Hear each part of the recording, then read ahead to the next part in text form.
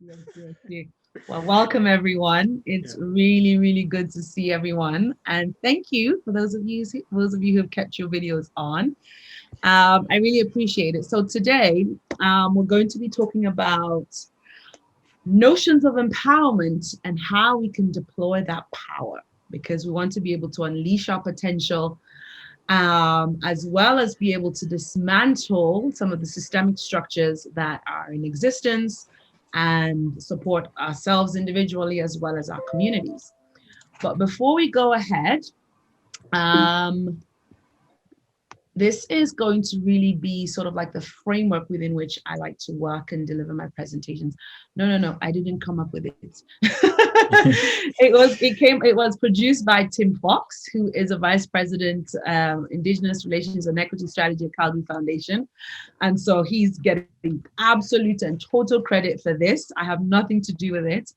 And he delivered a presentation at Rotary, and so all the Rotarians now are using this, to sort of start a conversation. But I think it's really important in terms of really laying that groundwork and that foundation.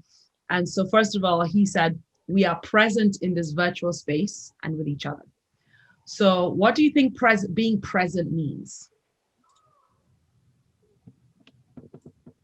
What could it mean? Apart from being physically present, but what else could it mean? So being present, so like maybe paying attention and participating and engaging and that sort of thing. And then we are open to new ideas, ways of thinking, and to feedback. We listen deeply, we're curious. So we listen deeply, are curious, and to speak new knowledges and understanding. And we bring awareness to our biases, assumptions, and judgments. We all have biases, we all have assumptions, we all have judgments. And we hold a space of trust and confidentiality. And so, now that we are all here, we should feel free to speak and, believe that what we say stays here and within this group, and it wouldn't become, let's say, the gossip of, wouldn't be part of gossip going forward. And then we focus on possibility and see obstacles as opportunities for learning. And then we acknowledge and appreciate each other's gifts, strengths, and contributions. So don't hesitate to ask any questions, cut me off. If there's anything you don't understand, say, hey, I don't understand that, Nkedi. Can you repeat that? Or can you explain that? Or that sort of thing. And there is no such thing as a dumb question at all, ever. Just feel free to ask. And then we hold brave space for courageous conversations. And so as we're going to be talking about power and empowerment, I think that's really important. And then we challenge ideas, but not people. So let's say if I make a point and you don't agree with it, challenge me on it. Say, hey, I don't agree with you on that. That doesn't make sense. Can you explain? And we all have the freedom to also do that with each other.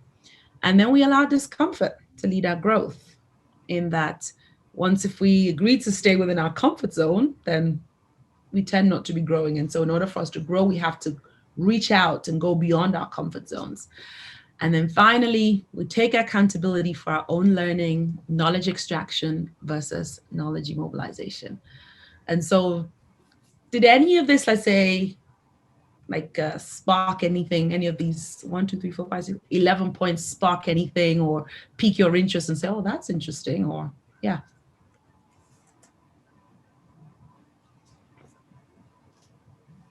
No, I'm testing. It sounds like a good foundation. Sounds like a good, starting point for some good conversation. Yeah. All right. Anybody else? Felicia and or Ashley, would you mind monitoring the chat for me? Because I don't know how to do that and navigate at the same time. You got that, Felicia? Take notes. Okay, thanks. All right, brilliant. Awesome. Okay, so any questions before I get started? No? Okay, let's get into it. So in terms of learning goals, so first of all, we're going to look at what's the meaning of empowerment. And we're going to look at what that means from different disciplines. We're going to look at what's the limitation. Because oftentimes when we hear the word empowerment, there's so much positivity and strength and everything attached to it, but it could actually have some negative connotations. So it's actually important that we understand what it means in the positive sense, but also what are some of its limitations. How can we be more empowered, both in terms of, let's say, addressing the systemic barriers that we may see and be facing, but also towards our communities and individual change. And then we're going to look at power. You cannot spell empowerment without spelling power. So what does power mean? What power do we have? And here we're going to make the connectivity between power and cultural capital, which is what we learned the last time. So what does power mean? How can we mobilize our power? How can we get more power? What does that mean? And then we're going to develop knowledge of what empowerment looks like. What does it look like for you all?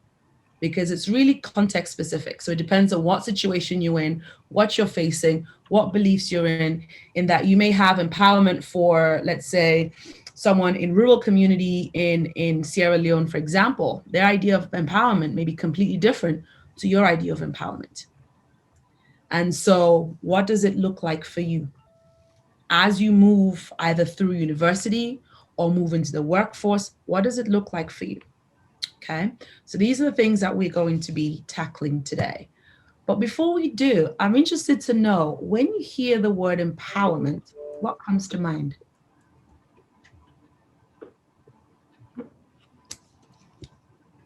What comes to mind when you hear the word empowerment? Let's come up with a couple of words, 5 words. Yes. Christina? Is it Christina? Yeah. Christiana? Yes. What comes to mind for me is developing a sense of confidence. Yeah. Oh, yeah. Confidence. Mm-hmm. What else? When you hear empowerment, what springs to mind? Being able to speak. Being able to speak for what you believe in. Believing. Yep. Yep. And I think someone else said something in the chat. I saw it pop up for a second. Yep. Speak for what you believe in. So would that be free speech, confident speech? Something like that? Yeah, like more confident speech, like issues going on, like your views on stuff, being able to believe in what you want to believe in. Yeah. Have that belief and be able to speak up about it. Absolutely. Yeah. What else? So we have confidence and confident speech or free speech. Lee, I noticed, said in the chat, resilience.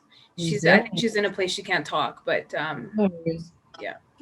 No worries. I had one as well. I think I would say like acceptance to, like it allows you to do what like if you feel is right and what you want to do. Yeah. So it's that sort of like self-determination where you feel like you can determine and you can choose what you want to do, when you want to do it, and how you want to do it, right? Exactly. Yeah, just like that. All right. Okay. Self-determination. 2 more. I want to say it's kind of like breaking down barriers. Oof. Yeah. And what sort of barriers? It's kind of like going back to the last point of just being able to do what you want to do when you have limitations on it, and getting rid of those limitations. Mm-hmm. Mm-hmm. Yeah. Last one. One more. Strength. Did you say strength, Felicia? Yeah. Yeah, I like that. Yeah, that strength and resilience are sort of like, like 2 sides of the same coin kind of a thing. Absolutely. But really, when we hear the words empowerment, it really sort of it brings positive connotations, right? We feel like, okay, I'm empowered, I'm strong, I'm resilient, I'm confident, and I can have self-determination in that I can do what I want to do. And when I want to do it, I get to determine, and I don't have barriers stopping me, right? And yeah, that's true. And empowerment is a term that, it can be deemed to be, let's say, it can be a process. It can be an end goal. It can be a perspective, in the sense that you have some people, like I have a coach, and oftentimes when I speak to him, he says to me, well, how can you look at that from a more empowered perspective? And it's being tackled by different professional fields, from community psychology, social work, international development, even motivational speaking. They're all speaking about empowerment. But at the heart of all of that they're talking about is everything you've just spoken about, which is the confidence, speech, resilience, self-determination, breaking down barriers, strength, and also essentially it's about unleashing your potential. It's also about things like decision making. So I'm sure we've all heard the phrase, if you're not in the room, you don't get considered. So make sure you're in that room where decision making is participating, so that you can have a say that can influence not just you, but your community, and you can have a much bigger impact. Having a seat at the table is about relationships. It's about relationships. And it's about really like surrounding yourself with goodness. Like if you imagine that you wanted to, let's say, take a trip from Calgary to Toronto in a boat, right? Who would you take with you on that trip? Let's say there was a river or a sea or some sort of water between Calgary and Toronto, and you had a boat. Who would you want in that boat with you? Let's not even say boat, let's say canoe.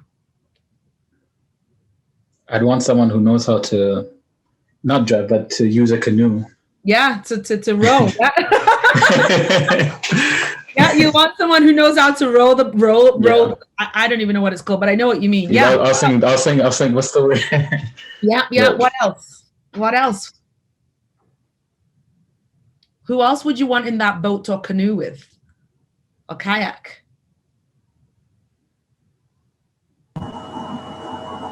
Person who knows how to swim.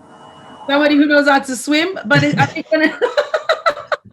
that's a good point. But how are they contributing towards the end goal? Someone who knows how to swim. If you're trying to get from Calgary to Toronto on this canoe, who would you want in it? Someone who knows how to get there. Yeah. Someone who knows the way. Exactly. And so essentially what I'm trying to say is that in this journey called life that we all go through, you want to be able to surround yourself with people that you have either similar values, mission, or vision, so that they can help you in propelling you towards the direction that you want to go. But of course, it's also a two-way street. It's not just a one-way street. But yeah, so relationships, overcoming barriers. So the relationship also between the self and the environment, and thus the systems that we find ourselves in. So making a change, they actually will make a change in your life, and that will, let's say, impact your environment. So let's say if those of you who are students, you could be part of the students' union, you could take some governance role at work, or you could get into, let's say, early politics or something like that. And how that in turn, how you as a person influence your environment, and how the environment also influences you, okay? And how they all mutually affect each other. And so really that is at the heart of empowerment. And so like I said, there are different schools of thought that talks about empowerment. So we have here, where is my computer moving? So let's look at what community psychologists talk about. So they advocate for self. It's all about being self-sufficient and self-reliant. Okay, it's all about that individual and civic engagement. So this is a quote by Lila Watson, who's an Australian Aboriginal virtual artist, activist, and educator in response to mission workers. So she said, if you have come to help me, you're wasting your time. But if you've come because your liberation is bound up with mine, then let us walk together. So it's not that savior, I'm here to save you, but rather if you notice that, let's say there is a challenge that my community is facing, come in as an ally and let's walk together, okay? And let's sort of have that mutually reinforcing type of empowerment. And so community psychologists will describe empowerment as that intentional, ongoing process that is centered in a local community involving mutual respect, critical reflection, caring, and group participation, through which people lacking an equal share of resources gain greater access and control over their resources. So what is your understanding of this quote here? The second quote. Feel free to read it one more time. What is your understanding of that?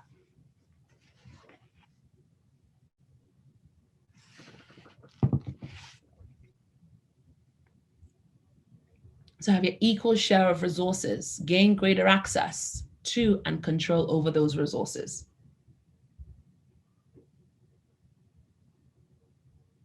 What would you say? Like, or what stand out for you? Or what you find interesting about it? Okay, so Christiana said, I think this might be an old comment, but that's okay. She says your network is your net worth, correct? Correct. Correct. What about this quote here? What stands out for you there when it comes to empowerment?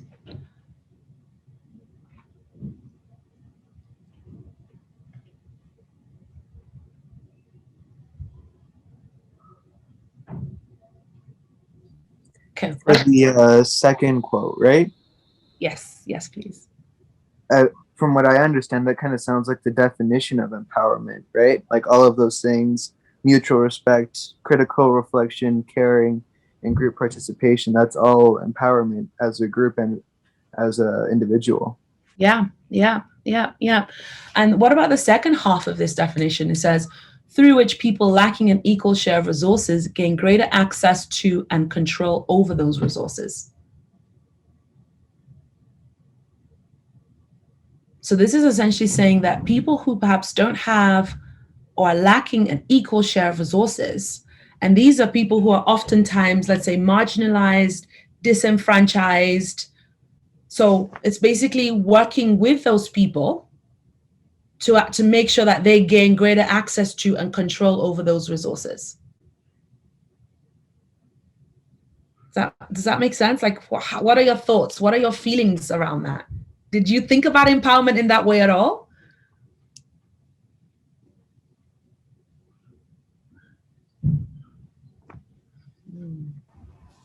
Looks like Christiana has her hand up. Oh, sorry. Carry on, Christiana. Sorry. I think you're muted. Sorry. I guess what I understood is that the person's trying to say that it's not enough to just save a group of people from their predicament. Like, you have to give them a sense of agency, and as well as like just access to how to get things done. It's not just enough to do the work for them, because then they won't know how to participate and move on. Yeah. It's not even advocating that you do it for them. It's saying we have agency. Come in side by side and let's do this together. That makes sense. So let's do it together. And at the heart of it is making sure that I have access to the resources that I need to thrive. So if you have the greater access, it's about supporting me so that I also have the greater access or better access to the resources that I need to survive and to thrive. Okay. All right. Like I said, don't hesitate to interrupt at any time. And so let's look at international development. So broadly speaking, they say it can be thought of as a change in favor of those who have been marginalized, again, disenfranchised. And they say this change is two-sided in that it comes first, it's concerned with control over resources. And when we say resources, what are we referring to? When we say resources, what are these? Would that be like government funded things like what be one like doctors, dental, things that are provided by our local and municipal governments? Correct. Yeah. So these can be access to healthcare, access to good quality education. Yeah. What else are we talking about when we talk about resources? I mean, resources that contribute to a country's GDP, like gold or oil, stuff like that. Yeah, that could be one. But what else? What do marginalized communities, or even let's say some of black communities, what do we face in terms of, let's say, a lack of resources?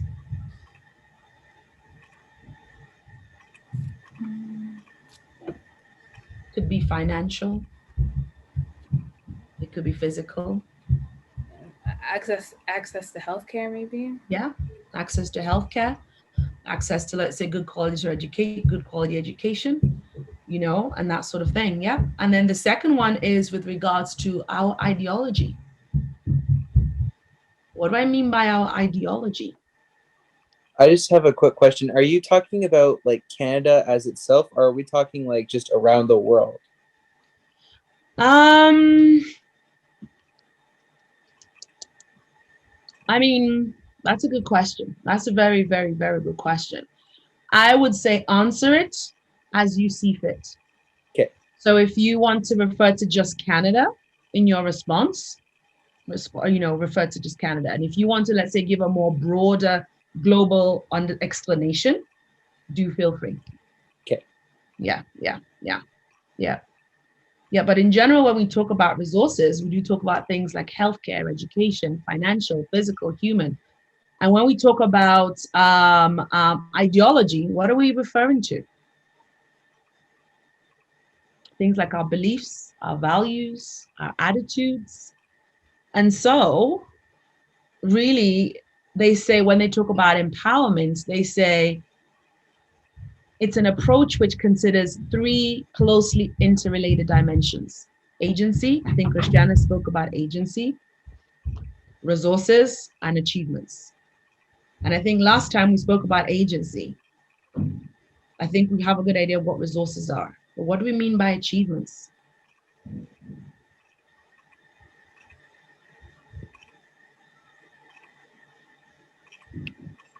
Just don't even overthink it. Just as you hear the word, what comes to mind when you hear achievements? High school diploma. Yeah, absolutely. What else?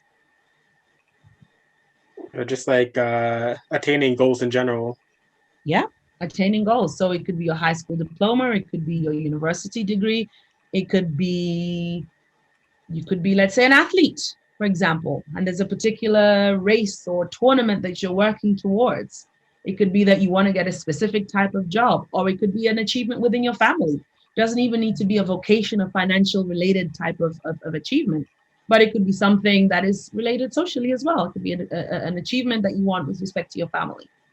But yeah, and so essentially what it's saying is that empowerment really considers those three interrelated dimensions: agency, resources, and achievements. So when people tend to be empowered, they can make use of the qualities that they have to improve their social and economic conditions.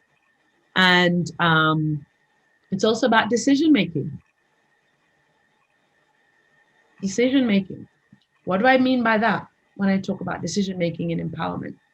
Or yeah, as part of empowerment. Well, if I was going to be making the wrong decisions in life, such as maybe drugs or drinking underage or doing things that maybe not benefit me in the future, would that go into making silly decisions now that I don't really understand that will affect me in the long run? That could be one too. Because remember, we spoke earlier about that self-determination, and that self-determination is being able to make decisions over your life. And so you can have that decision making both in terms of the individual level, but also at the systemic level. And at systemic level, what does that decision making look like when it comes to empowerment? I don't know if it's just in general having choices to be able to make decisions. Yeah. Totally is actually having choices to be able to make the right decision that is best for you, your family, your community, and not having those choices taken away from you. Absolutely. It's about those choices, as well as it also, let's say, involves, let's say, the dynamics of deliberation by ensuring that, let's say, if you're in a group, let's say, for example, this group, if we wanted to embark upon a project, making sure that everyone's voices are heard. And it requires that any decisions or decision-making is based on fair and reasonable procedures.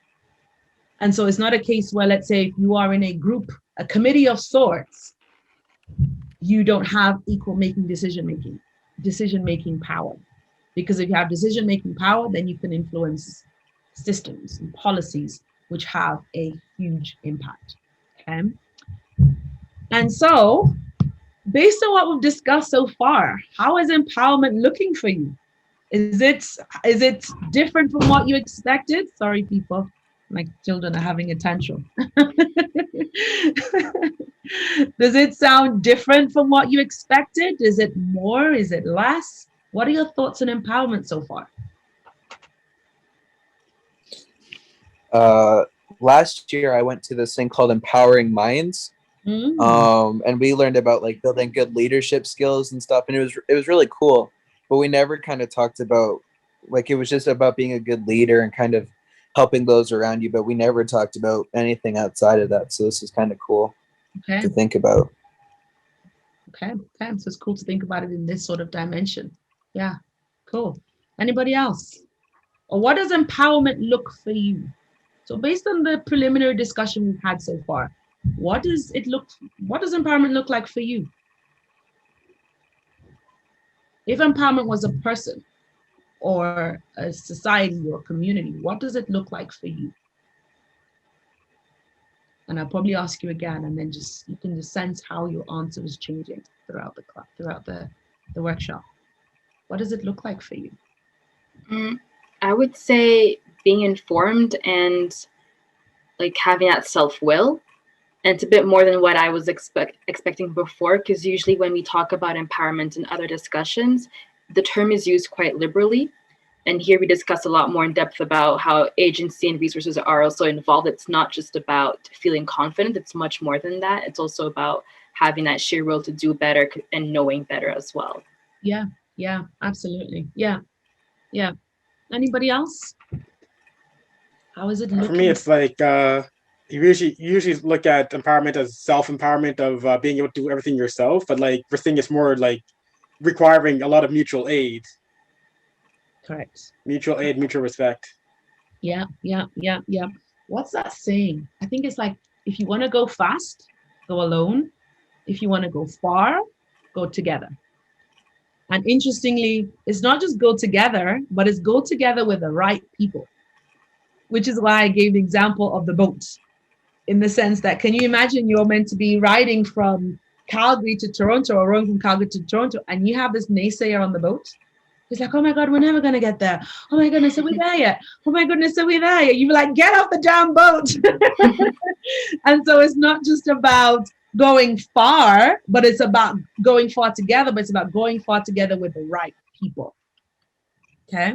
And so, sorry, Kitty, I'm just going to pick on a couple of people here, just because I know we're getting into a routine of the same people responding, which is not bad, but it's also good to loop everyone in. So let me just reach out to Vince here. You were one of the first ones to come in. How did your kind of definition of empowerment change, or how are you looking at it now?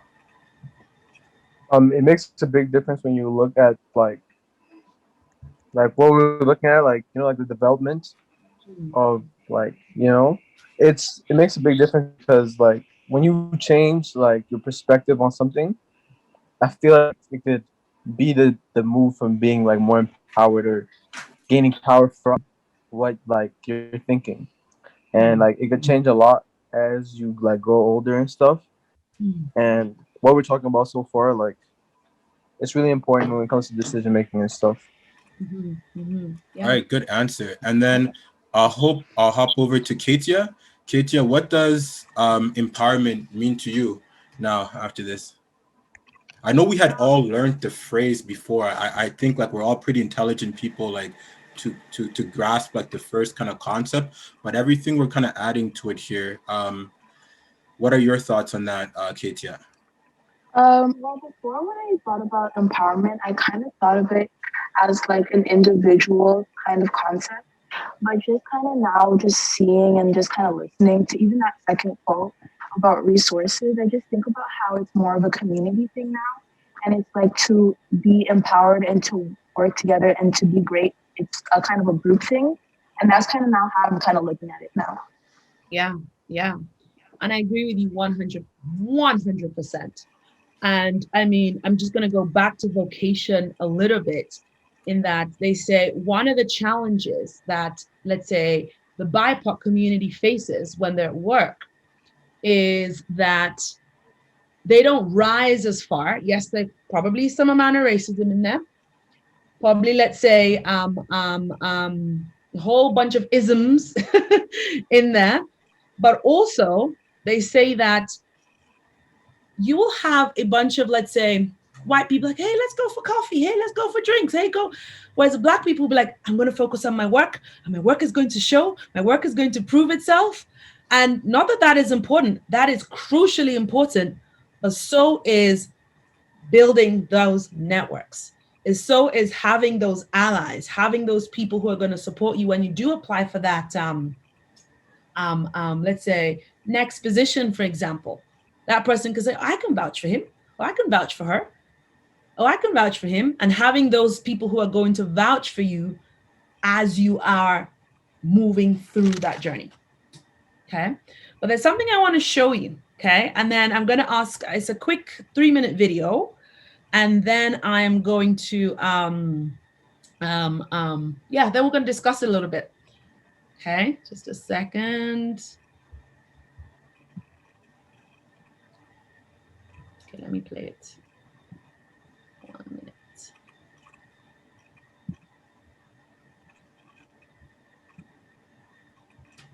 Okay. Can you see it? Can you see my screen? Like the full screen? Mm-hmm. Okay. Yep. 200-kilometer trip. Okay, so at the end of it, so let's watch this 3-minute video, and then you tell me what did you get, for with respect to empowerment. Okay? Is everything okay? What's going on? Oh, sorry. I was just laughing at like where you paused it. I just thought it was like a hilarious image. Like I just told him like in mama who's driving like that. I was supposed to be on mute, but I wasn't on mute. I was like, did I upload something? No. It was just like how it was. I was like, okay. She's driving. Okay, that's it. Okay, I'm gonna press play now. She is behind the wheel and driving through gender barriers. Meet 53-year-old Shamim Akhtar, Pakistan's first woman to get a driving license for heavy trucks. Her journey on the country's male-dominated roads has been one of determination and courage. बंदा जब करने पे आए तो मुश्किल कुछ भी नहीं है.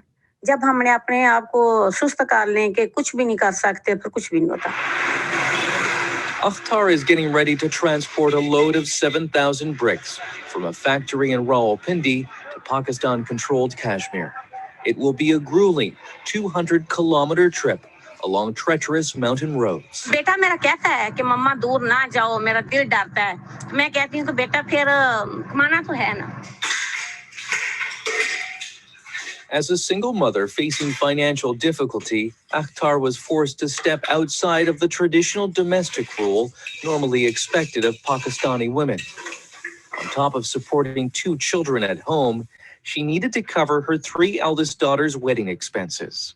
So Akhtar, who had already driven a car for years, set off to learn how to drive something even bigger. After a rigorous training course, she was issued a public service vehicle license, a first for a woman in Pakistan. That means Akhtar is qualified to pull trailers and drive heavy trucks and tractors. और आज जो कुछ भी मैं हूँ, ये मैं उन्हीं की बदौलत हूँ. IPP इस्लामाबाद ट्रैफिक पुलिस जिंदाबाद. Those lessons have served her well. Many male truck drivers often lack any formal training. As she drives, Akhtar teaches her skills to an apprentice, Usman Ali.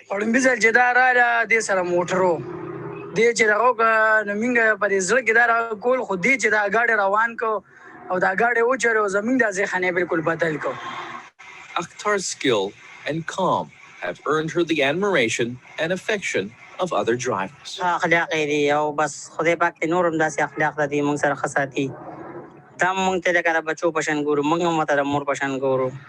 Despite the respect of her colleagues, Akhtar still faces discrimination. After passing the driving test for Islamabad's new bus line, she was told there would be no jobs for women. But that won't discourage her. मैं अपनी ख़वातीन हज़रात को ये पैगाम देना चाहूँगी कि आप लोग करो, कुछ ना कुछ करो. अपने आप को इतना वो सुस्त ना करो कि हम कुछ नहीं कर सकते. हम लोग कर सकते हैं. शुक्रअल्हम्दुलिल्लाह कर सकते हैं. आप लोग कुछ ना कुछ करो. करना चाहिए हमें. Shamim Akhtar hopes her drive and determination will inspire other Pakistani women to follow her down the road to equality. All right. So, what are your thoughts on that? Was that evidence or manifestation of empowerment? Okay, Raisa said, I'm shocked. Okay, why are you shocked, Raisa? Let's go straight to Raisa. Me too, I was a little bit shocked, and you guys heard my response. I thought I was on mute, man. I was bad. Let's go to Raisa. Ike, you always do this. Raisa, you want to Yeah. say something? You say, I'm shocked. Wow, what is shocking for you? I'm shocked because I don't see this type of things in Pakistan, Iraq, Africa, and all that. And it's mostly like here, like especially in her age. At her age, I'm like, wow, she's literally, she's not doing what everybody else is doing. You know, she's not selling, she's not cooking, whatever, but she's literally driving trucks and teaching it to older women, to older men. I mean, and it's like, Yeah. I've never seen things like that. Yeah, in a male-dominated industry. And so what does that tell you about empowerment, and how does that display empowerment? Not just Raisa, anyone else, please feel free to chime in. But Raisa, if you have a point too. So how does that display empowerment? And is there any lessons there for us as we sort of move through our youth? I include myself in that. I'm forever young. So yes. Well, she had a strong belief, and she worked hard for it. So belief, hard work. And she didn't want to keep it for herself. She also, she started teaching men and everything. And what's that? Community. Exactly. Yeah. Yeah. So she had that belief, hard work, community. Yeah. What else? What else? What else sort of struck you, or you thought was particularly interesting, or showed empowerment for anyone else? I thought it was kind of brave. I don't remember where it was, but it was like sometime last week. There was a huge bombing at a all-girls school. I forget where it was, because they don't want women learning. I knew it was somewhere in the Middle East. So I think it's just brave in that sense, going out and learning and kind of going a different route than most people do. That's pretty impressive and pretty brave, I think. Yeah, brave. Yeah. Anyone else? One more or two. I'm open. Let's go. La Vie. Haven't seen you in a long time. I miss you, man. We need you to say a word. You're Mr. Forever Young too, just like me. So we need to pipe in. I miss you too, brother. Happy to see you guys. It has been a while.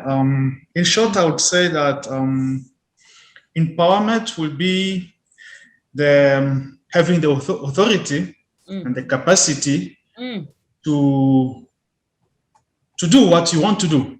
Yeah. And watching from that video, I think the lady is saying that even though she can drive, or she got the driver's license, there's still discrimination in the industry against her. So having the authority, or the authority and the capacity, is what can make someone strive. And that's what makes the difference between being empowered, because empowerment means the force or the authority, the ability that you have inside yourself. No one will take it away from you. You have it within yourself, which will help you strive or thrive everywhere you go, no matter the difficulties you have. I think that's what I can say. I love it. And you know, one thing that you said that struck for me, you said she faced discrimination. And did she stop? She kept on going. Yep. And being people of color, we are going to face discrimination. Let's just put it out there. It's going to happen. And so what we have to do is just keep being brave. Like, I'm just pulling on your points. Keep believing in yourself. Keep doing the hard work. Keep doing community. Because the trials, the tribulations, the discrimination, it's going to come. And so it's incumbent on us. So it's going to come, but really it's how we respond to it when it comes. And that's how that keeps us empowered. Okay? Isn't the old saying, it's not how hard you get hit, it's how hard you get hit and get back up, or something like that? I don't really remember. But Yeah. I think I might have heard it before, but I think you're correct. It's not how hard you get hit, but it's how hard you get hit and you get back up. In that you just have to keep getting back up. So, and that is what keeps you empowered. So this now takes me on to our next point. Any more questions before we move on to the social work's notion of empowerment? Okay. All right. Let's move on swiftly.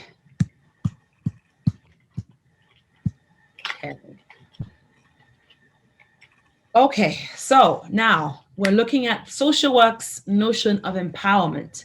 So the concept of empowerment really has deep roots in social work practice, and it builds upon the work of empowerment theorists in the 80s and 90s, and it's been applied throughout since. And Barbara Solomon, who has really been one of the champions around the whole concept or notion or social construct of empowerment, she said that in her early work, she used an empowerment paradigm to sort of explain practice in oppressed communities.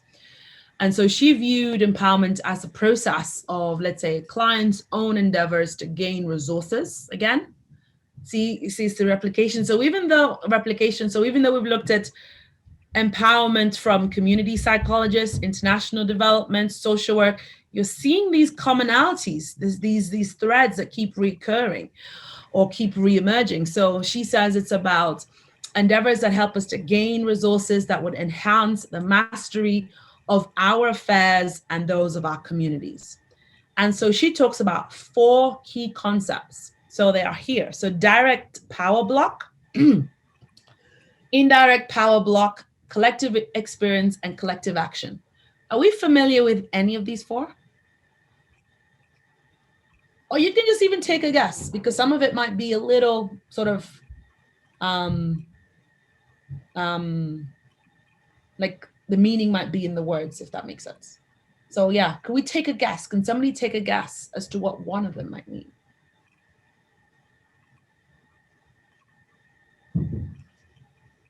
So we have direct power block. Christiana, do you want to make us all seem smart? You did what's your the social society, law and society, right? So this should be kind of up your alley. Okay, so I guess I could try and define, let's see.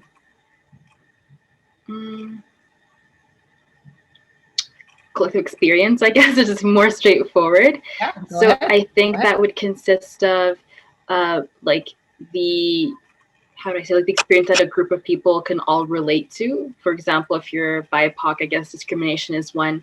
If you're a woman, harassment is one as well. That's something that kind of doesn't define the group, but it's a collective experience you all share. Yep. And can you maybe take it a little further as to what collective action might be? Collective action, I'm guessing that it would be maybe what these, like a group in particular, does to remedy that problem of discrimination. For example, maybe the suffragettes when in regards to not having the rights to vote, or maybe the NAACP for civil rights movements in America during the Jim Crow era. Yep.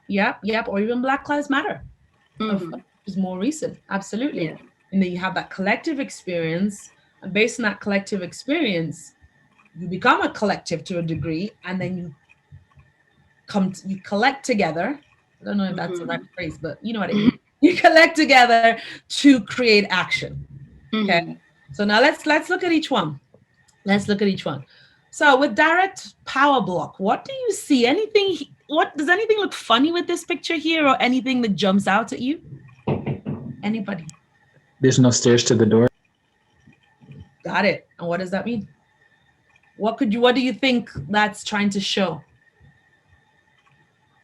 They don't want anyone in. it's like a direct block to getting into the House. Yeah, absolutely. So this direct power block, I think, this direct power block, it represents the structural and systemic barriers that exist that like prohibit what we want, and it essentially maintains that status quo. And so it can, and in so doing, it can disenfranchise a particular group. And so something like, let's say if we had voting laws, and then there was a law that you needed to have a literacy test to vote. That's going to disqualify a whole bunch of people from voting. And so you're right there in that there isn't a staircase. And so for you to get inside that door, you have to explore, you have to jump, you have to maybe get a ladder, but it's a little bit more challenging for you to get through that door compared to someone else that has stairs. Okay. Example, can you think of any structural barriers that you know of that exist?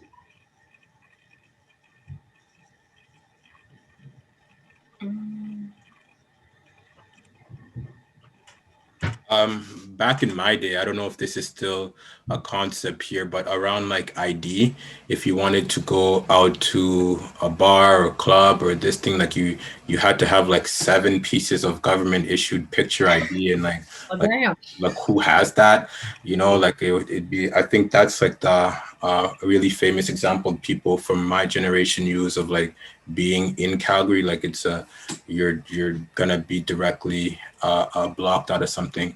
Another one that I used a lot was for me coming out of school. Like part of the reason why we started SOS Congo initially back then was we were looking for professional experience. We got our degrees, and there was this weird dilemma where it's like, well, to get this job, you need the experience. No one wants to give you experience. So like you're stuck in this no man's land. Yeah, it's really annoying. So I'm not sure if those are direct examples, but I think those are some of the ones I can point on for our experience here in Absolutely. Yeah. Calgary. Thank you. Anybody else want to add one more? If not, that's also okay, but I'll wait a few seconds. But yeah, thanks for that, Ike. Yeah. Okay. Indirect power block. So indirect power block is more difficult to unravel. That's our thinking, the narratives we tell ourselves about where we can go, what hurdles we can jump over, what hurdles we can't, and why we can't. And if you're a group, let's say, that has been stigmatized, there needs to be a lot of work to be able to work out some of the internal oppression that we must overcome to be empowered. What are some of the stories we tell ourselves, or some of the beliefs that we have, let's say, as Black young people? What are some of the beliefs we have? Disempowering beliefs, mind. I would say that a lot, like especially amongst the youth, when I was growing up, especially in high school and junior high, a lot of like Black youth had internalized maybe like negative perception of themselves in school. For example, if you were doing well academically, well, you got called like an Oreo because they just assumed that Blackness equals being dumb or less talented academically and stuff like that.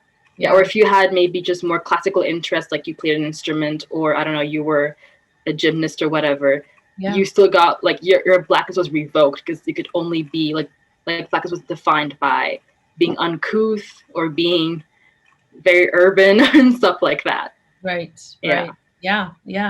And can you take that to the workplace? Someone wants to say something. No, carry on. Sorry, I just want to. I don't know, but I was going to say, I think just a lot of teens think those things. Like as I'm reading those through, I know I'm white, so I may not be able. I don't know, but I think I've thought a lot of those things. Yeah.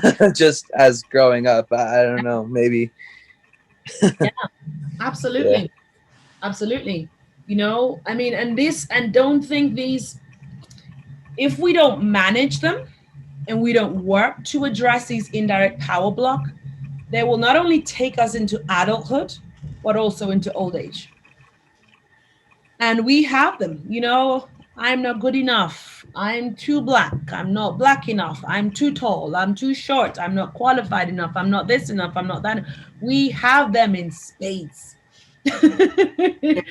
Can I say one thing here? I think another way, or maybe, or should I ask, is this another way it could potentially come out is what we think about each other? Like when we're about to work with another person from your culture, a black person, it's like what, you know, like you're gonna project a lot of that on them. Right. Are they gonna be late? Are they gonna be professional? Are they gonna talk smack about me all over the place? Is it just gonna be, you know, so like even before you start anything, I think that it's an indirect power block in that community space, like being able to work together. We're already stopped because we've internalized so much of the things we've heard and we've seen it manifest so close to home, you know, within our people. We've been disappointed in so many ways sometimes that we stop ourselves before, like it's not necessarily it is, I think, a lot of what Christiana was saying. Like I've definitely felt that when, you know, you're supposed to be a certain kind of way, and then I think it's also that we expect our people sometimes to be even worse than what like we kind of heard before, and that's interesting. And Jacob, always speak up, man. We love hearing your perspective. It makes everything better. So no, don't feel like you gotta have a warning or something before a caveat. Now, man, just talk. But yeah, I just wanted to throw that out there. I agree 100%.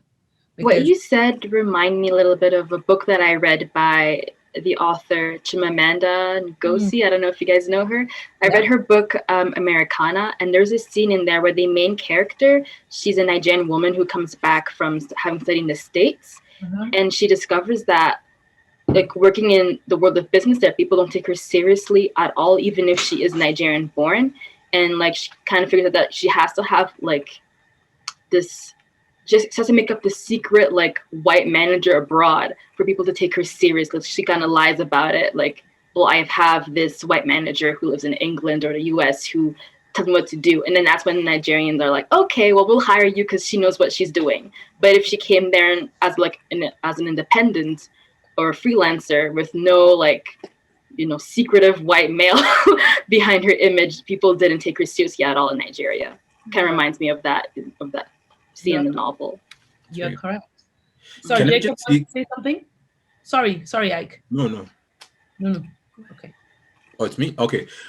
Can people in the chat, I just want to do like a quick poll here. In terms of like some of the harshest things you've heard, has it come from like within the community or like from outside of the community?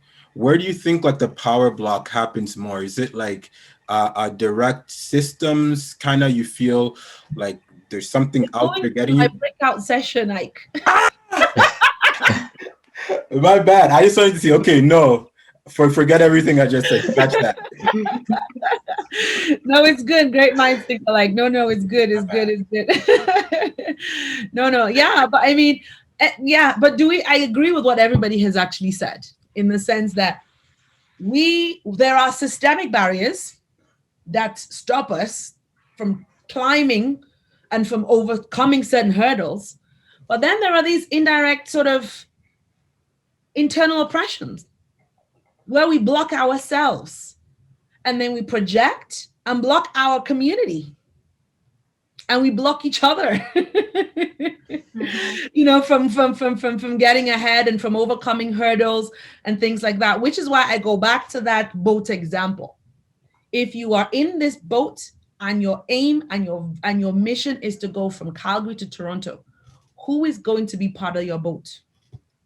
I would go with only white people, no Congolese.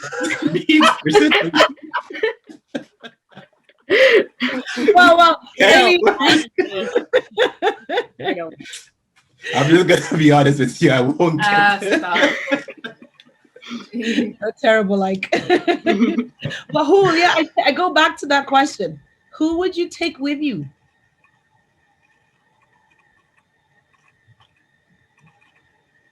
Someone who's strong.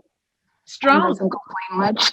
Yeah, people who are strong, doesn't complain much. I think someone said somebody who can swim, somebody who knows where you're going.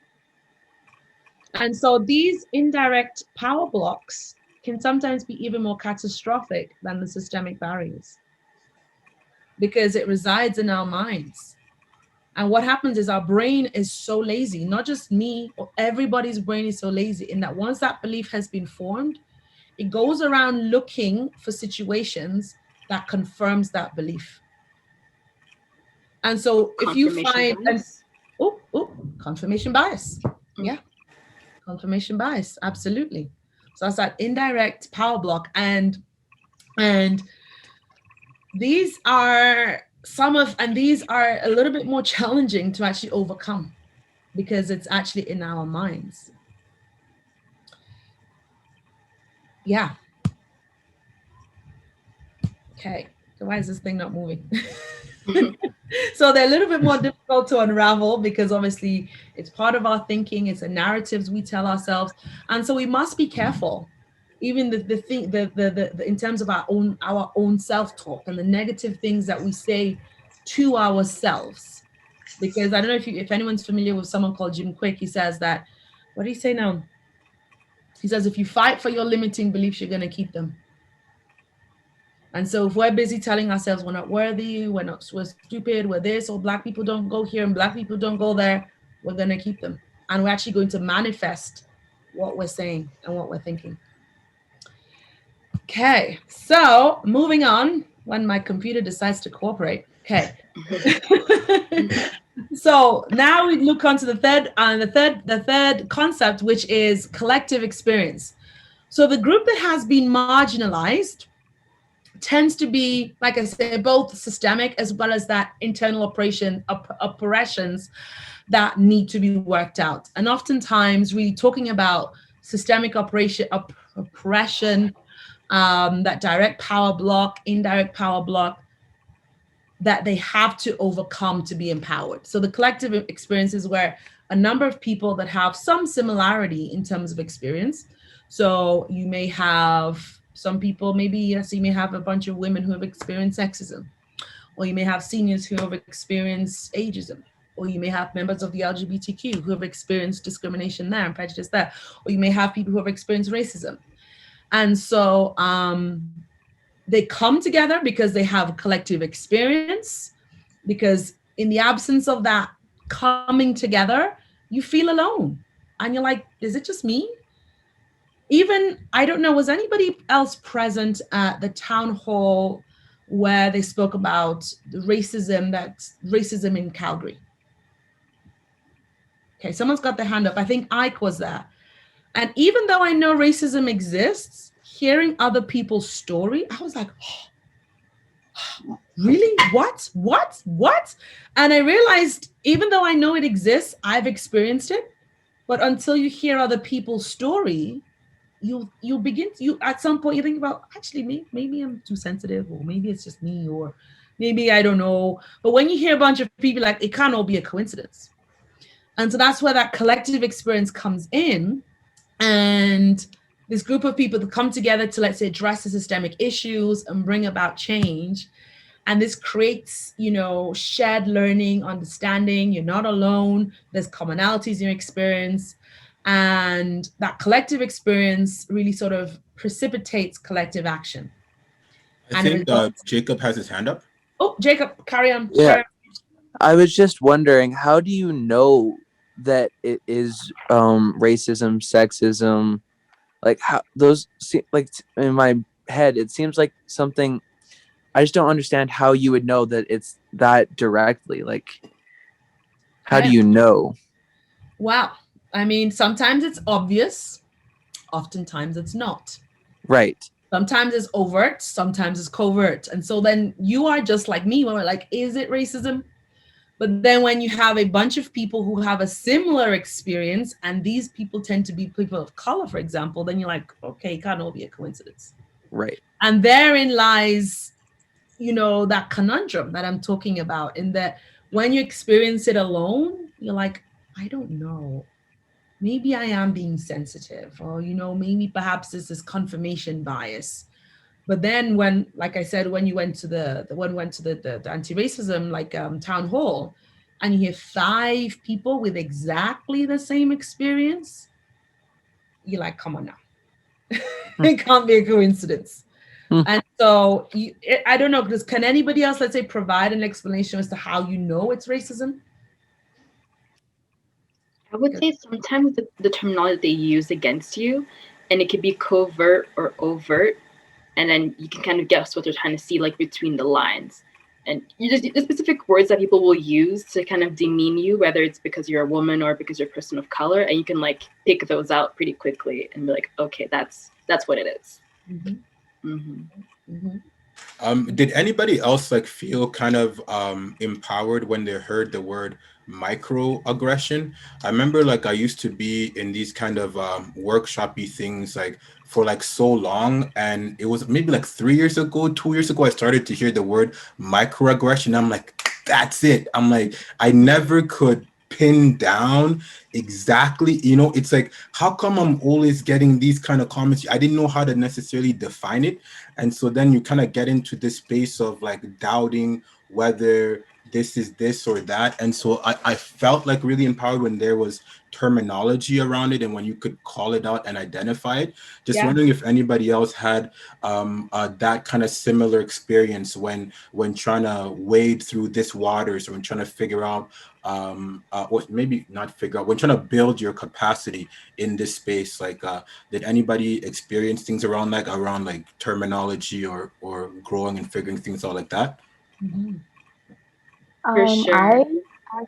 I work at a superstore, and the superstore that I work at is predominantly white, mostly white people that come to my store, and just kind of sometimes you'll hear the tone sometimes that they'll comment on things, or just sometimes it's they'll come in, they'll kind of whisper, "Oh, is that your real hair?" And it's like I've been asked, or when I had a wig on, I was told, "Oh, is that your real hair?" And I just told her, and I was like, "Would you ask me that if I were a white woman?"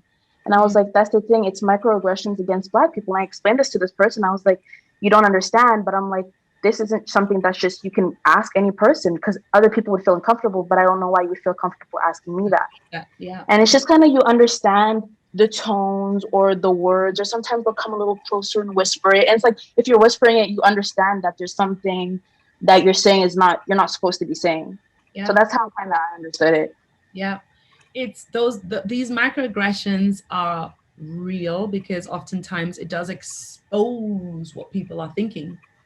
So I'll give you an example. For example, I was doing a project with Rotary Foundation, and there's this man, old white man, who I was working with, really nice man, very, very, very nice man. And then he was talking about, oh, there was this one woman, she was so wonderful, you know, she was the only woman in her club, blah, blah, blah, and she was so empowering. And this, I was like, do you know I'm the only Black person in my club? He was like, yeah, but I don't see you as Black, and that's a good thing.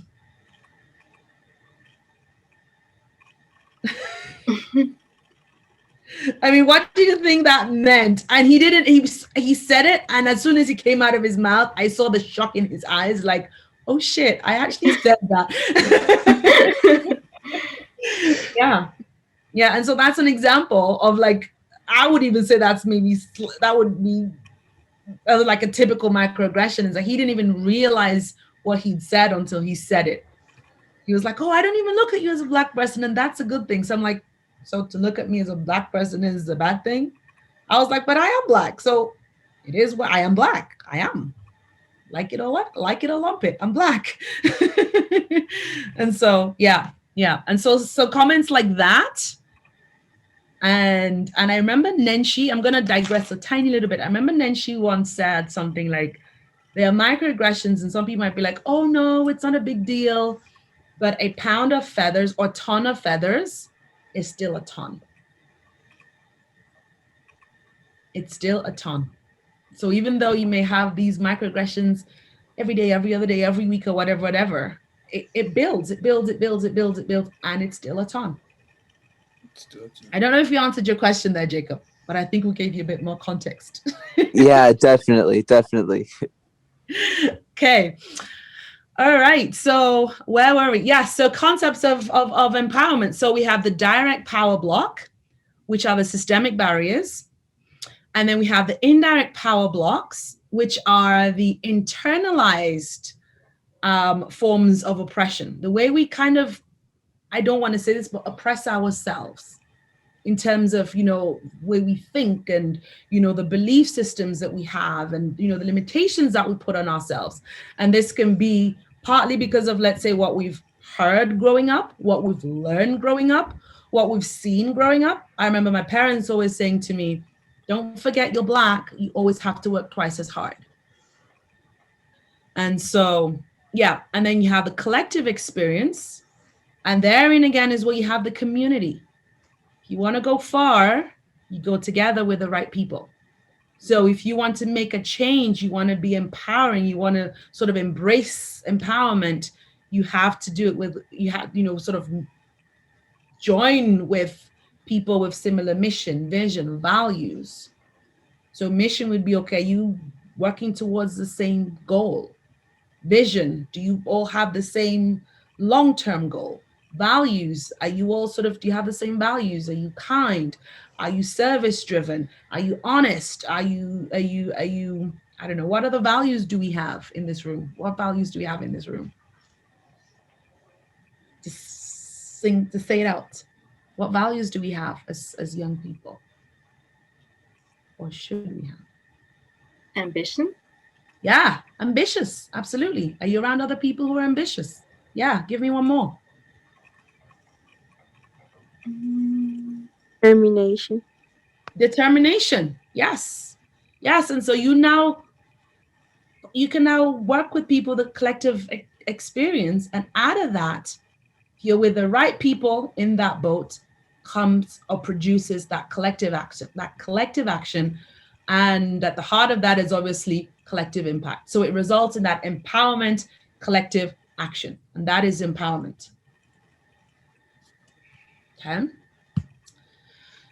Okay, I have to be mindful of time, but I will go through. So there are three interlocking dimensions of empowerment. So the first is the development of a more positive and potent sense of self, which tackles those indirect blocks.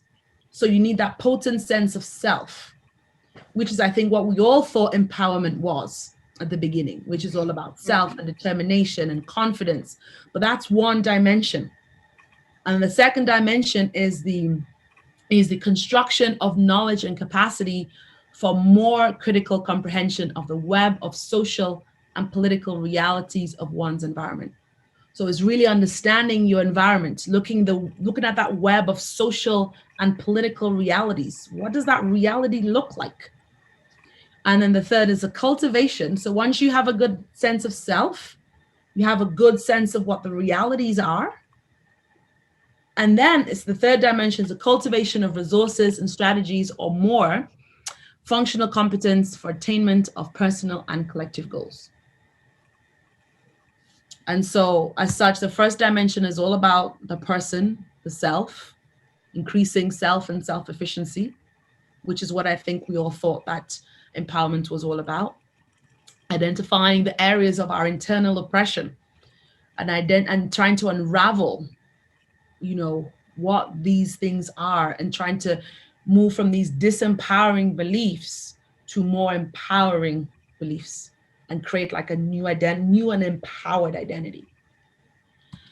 And then the second dimension there is to learn the environment, understanding myself and in relationship with the environment. So without, what is my relationship with the environment, the social and political environment? What is that relationship that I have with it? What capacity do I have? What cultural capital do I have? What power do I have? And then the third one is the development of tools and resources. So what's the use in knowing your realities? What's the use in doing all that self-sufficiency stuff if you're just not going to put it into practice? The third one now is mobilizing your tools and your strategies and your people to now make that change. So we'll have a bit of a breakout session. So what are the commonalities? So, sorry, Ashley, I should have told you earlier. Would you mind Arranging some breakout sessions. Thank you. So what are the commonalities between the three perspectives of empowerment? You don't even need to think about the three perspectives. Just think, what stood out for me in this discussion around empowerment? And then what are the examples of, let's say, the direct, actually, Ike, what was your question? Because I think you phrased it better than I did here. What was the question that you said you wanted the youth to consider? Yeah, I wanted them to think through direct power block and indirect power block, and which one has a more like palpable effect in their lives, like which one they think has held them back more, the kind of negative ideas absorbed by their own community. Okay, yeah, about the community. Yeah, so it's so looking within your community itself and all the negativity that's been absorbed by it. So not necessarily you holding all of this negative thoughts yourself, but it being placed in your community, how that affects you versus the outside. Thank you. Yes. So what are the commonalities between basically what have been the key themes for empowerment for you? Two, like just as Ike said, so give us examples of, let's say, these direct power blocks and the indirect power blocks, and which one you think has been more impactful in your community, whatever that might be. And then what is that collective experience, and how can you come together with that community to create collective empowered action? So feel free to take a picture of it, because I think once you go into your breakout rooms, you might not see it. So yeah, take a picture of the questions. We'll give you 10 minutes and then we'll report back. And then the older young people will stay behind. The young people in one session. No, it's like... Got it. Did you take your pictures? Mm-hmm. All right, so Ashley will put you all in breakout sessions. Let's say if you have 10 minutes, and then we'll come back and report back and see what you come up with.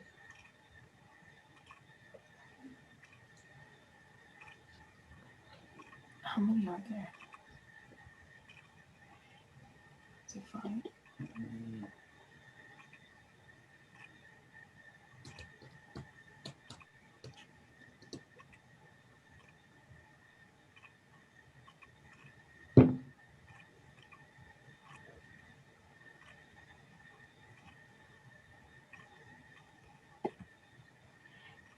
Sorry, Ashley, I should have given you more notice.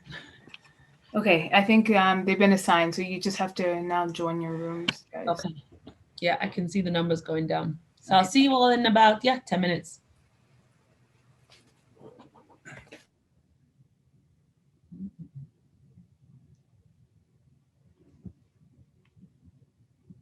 Is it just the older youth left? So we have Lavi, Tonton David, Felicia, and us here. Did you want us to go into the rooms and like give them quick instructions, or you think they'll probably be okay? If you think well, I don't know. It's up to you. What do you think? Do you think they might need some additional instructions? No, I think so, but come Ash, on, nah. These kids are good. Like, we didn't give them instructions last time, and they came up with great answers. So I think let's give them a chance. Okay. I might just hop in there quickly. I won't be as long, and then we'll hop back in this main session here. I think today they are doing their practicum today, so let's see. What did you say about their practicum? Go ahead. Okay. They are doing their practicum today, so let's see what they will bring. I see. Yeah. I'm just gonna go assign like a leader, and then we'll hop back in here. Okay.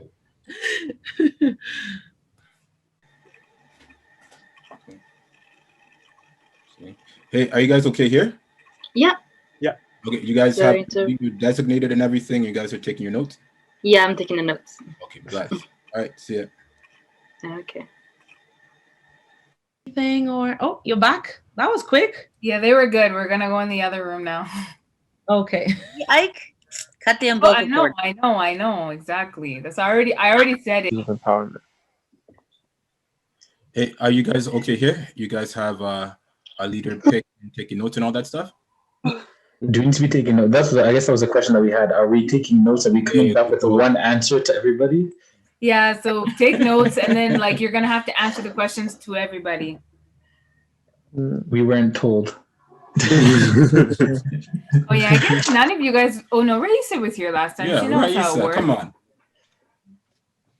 Yes. I forgot. Do you remember Raisa? Who's that? This is my younger brother. You met him with Le Macabas from Edmonton and all. I don't know. You don't know Tutu? Okay, why I not? don't. That's been a while since I was there. So it's been a while. Okay. Yeah. Anyways, we'll see you guys later.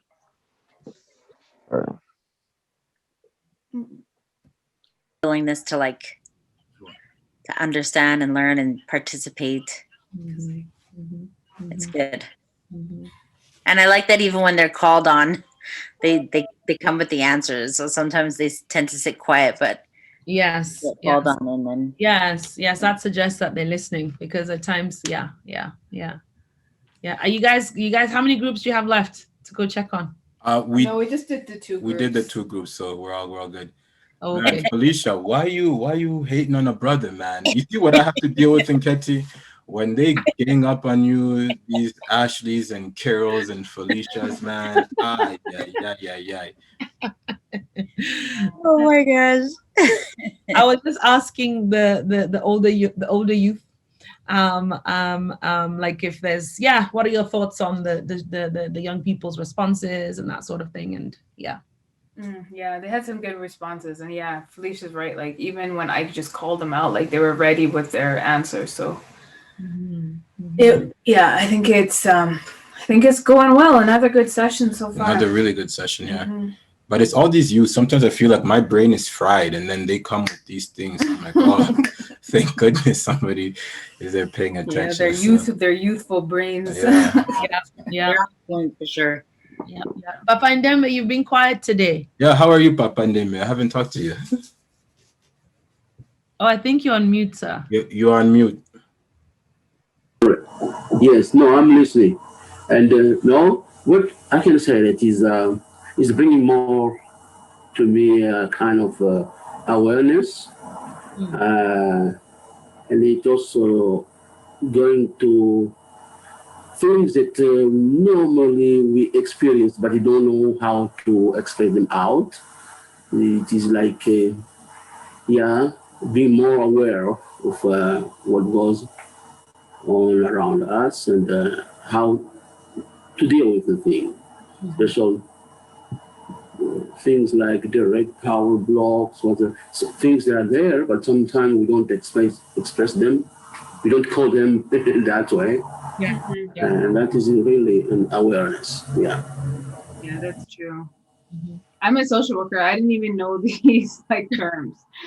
So even for me, this is really just to echo what Papa Ndembe said, it puts words to what you actually experience.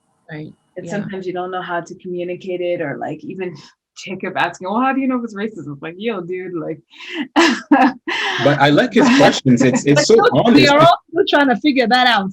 Yeah, I'm like, yo, you just know, it's not a way to explain it.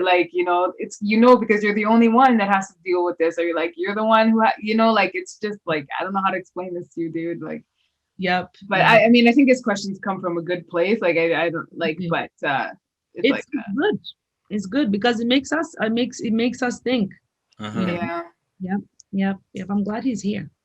No, yeah, it's definitely good. Papa La Vie, how's life? La Vie, how's La Vie? He's alive. You are on mute, man. I mean, I'm doing well. La Vie is doing well. La Vie is doing well. He's alive. Oh, we are alive, brother. I'm happy to see all of you. I was about to ask what is going on with us. We've been not meeting. And that was the very same day I got your email. I said, okay, we are meeting. That's good. Oh man, we're gonna be getting you a lot, working with you and Felicia now moving forward. You remember when I called you, I think it was last month, we had that proposition to work on the off weeks with the youth. That's what we're still gearing up to really do. So definitely we will be needing your services, my friend. No worries. That's good. It's good stuff. And how is life your side? Toujours de combat, papa. Mais The combo. we continue somehow. But no, we praise God. Like honestly, the weather's getting nicer. We're surviving somehow. So you just have to realize quarantine's been here like a year, and so we're different. And sometimes you just have to remind yourself. You have all these expectations and all these goals you set for yourself, and you think you're a failure, and then you're like, no, it's coronavirus. It's not me. So Yep. The direct power block. Yeah, direct power block. Exactly. Exactly. Yes.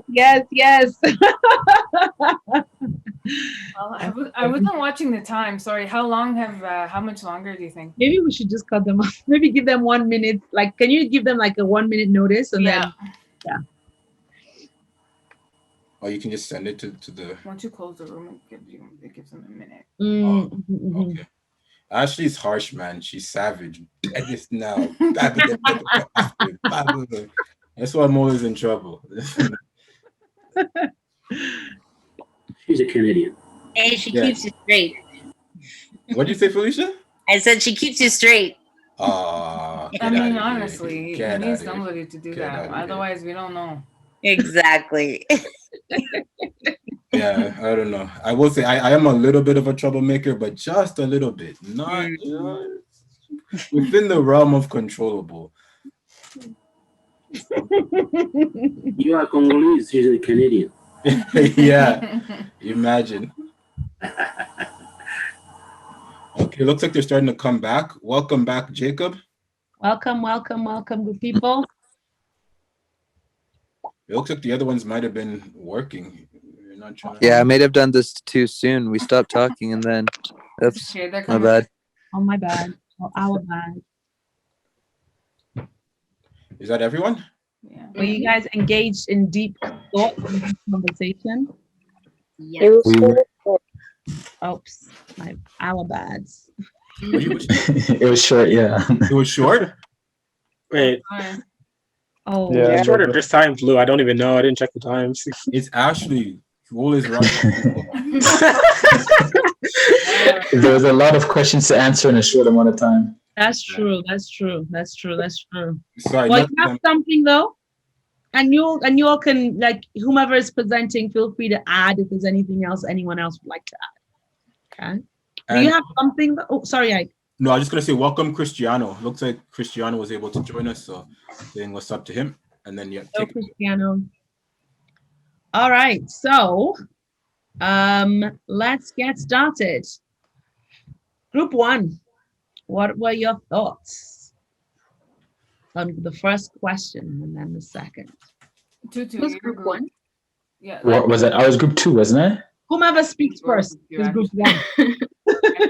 I thought I was in group 2. I don't even know anymore. Okay, technically that's group 2, but you can just go. Go first. We tried, as we were saying, we didn't have enough time. We took like 5 minutes getting ourselves organized. And then we had only 5 minutes to get through, so we didn't finish. But for the first question with the commonality between the 3 perspectives, we had unity and community. Okay. And then for the second question, we didn't get the time to figure out how to counteract them, but we had a couple of ideas for the direct power blocks. We had systemic racism as a whole, which just makes everything more difficult and makes it hard for, in the case of people of color, for example, just makes it hard for us to advance. Okay, and so then we had no, carry on. And then we had education. Education. Okay, so unpack these a little bit for me. When you say, give an example of what you consider to be systemic barriers, and what do you mean by education? And a group can also feel free to join in so that we don't have all the pressure on one person.